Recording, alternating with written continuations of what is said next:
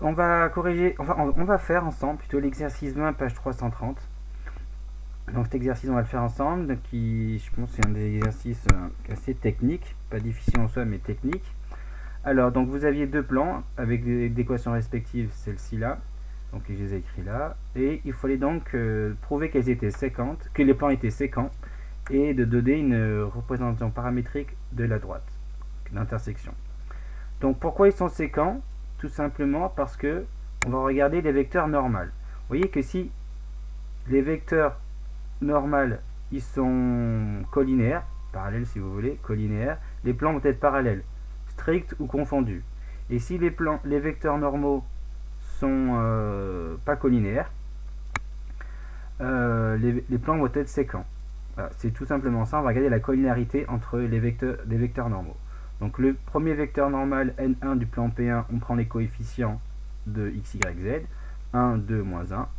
Ça c'est un vecteur normal. 2, 3, moins 1. Donc 2, 3, moins 1, c'est un vecteur normal AP. Ils ne sont pas collinéaires parce que, regardez, on voit qu'ils ne sont pas proportionnels. Parce que par exemple, pour passer de 2 à 1, pour passer de 1 à 2, je multiplie par 2. Pour passer de 2 à 3, je devrais multiplier par 2, c'est pas le cas. Donc c'est pas proportionnel. Donc les vecteurs ne sont pas collinéaires. Autrement dit, les plans sont séquents. Voilà. Puisque les vecteurs ne sont pas collinéaires. Donc vous avez, il faut avoir ça en tête pour retenir comme je veux dire les possibilités. Collinéaire c'est parallèle, pas collinéaire c'est séquent. Et en plus j'avais rajouté dans le cours, si les vecteurs sont non seulement pas collinaires mais orthogonaux, dans ce cas-là les plans sont séquents et ils sont même orthogonaux, c'est-à-dire perpendiculaires. Maintenant, quand deux plans se coupent, c'est forcément suivant une droite ou en une droite delta. Et ici on vous demande de déterminer une représentation paramétrique de cette droite delta. Donc ici vous aviez, je rappelle que les droites ont comme pour représentation cartésienne, finalement c'est un système d'équations cartésiennes, c'est-à-dire qu'une droite peut être vue comme l'intersection de deux plans. Et donc sa représentation cartésienne, ce sera le système de ces deux plans. D'accord? Donc ça c'est la représentation cartésienne. Et on va chercher une représentation paramétrique. D'accord? Pour ça, on va faire un choix. On va mettre, on a besoin donc une représentation paramétrique. Il nous faut un paramètre. On va choisir où va être le paramètre dans un premier temps. Donc soit en x, soit en y, soit en z. Donc le choix que je fais habituellement, c'est x égale t, mais je suis pas obligé, mais je pourrais le mettre en y ou en z. Après, donc des fois, ça sera pas possible, donc il faudra, mais ça demandera un peu d'expérience. Mais ici, je vais mettre par exemple x égale t. Et je vérifie que si je mets x égale t, donc dans l'équation qui est là par exemple, je vais pouvoir exprimer y et z en fonction de x ou en fonction de t. Si c'est pas possible, vous changez, mais en général c'est possible. Donc comme c'est assez compliqué déjà, je ne vais pas détailler davantage, mais là je mets t. Donc si x égale t, je vais pouvoir remplacer mes x ici par t, donc ça fait t et 2t, et le reste ne change pas. J'obtiens, et ce qui va m'intéresser maintenant, c'est ce sous-système là. Et je vais résoudre ce sous-système en fonction de t. Donc je vais ici, ce qu'il faut comprendre, c'est que mes inconnus, d'accord, vont être y et z. Et par contre, mon t, lui, par contre, c'est quelque chose, donc c'est le paramètre. Donc on va résoudre en fonction de t. T, c'est pas considéré comme une inconnue. T là, c'est un paramètre qui est connu. En revanche, y, z, on devra trouver des solutions en fonction de t.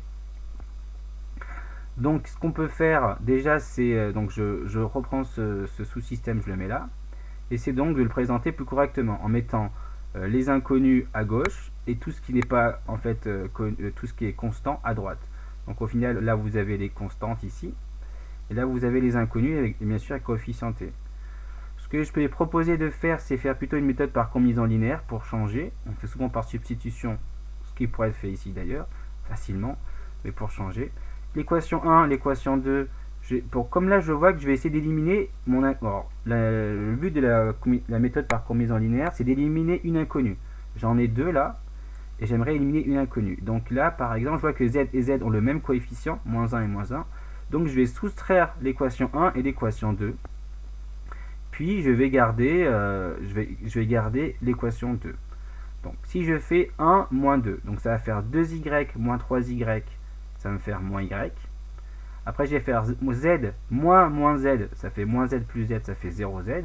C'est là l'intérêt, c'est vraiment là le but qu'on n'ait plus de z en fait. Et là, je fais moins 1, moins 2, moins 1 plus 2, ça fait 1.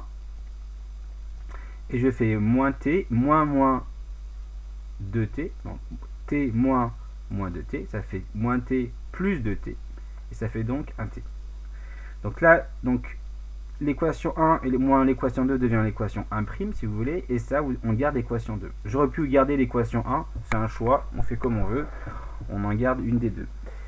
Et là, du coup, je peux donc trouver y en fonction de t, donc ça c'est ma solution en fonction de t, et ce y là, je vais pouvoir le substituer dans l'expression de l'équation 2. Du coup, je remplace, je développe, je réduis, et donc j'exprime z en fonction de t.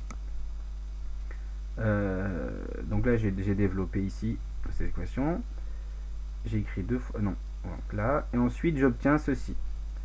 Donc ainsi une représentation paramétrique de delta, ça va être x égale t, ça je l'ai imposé, mais par contre quand j'impose x égale t, y lui il vaut moins 1 moins t, et z il vaut moins 1 moins t. D'accord?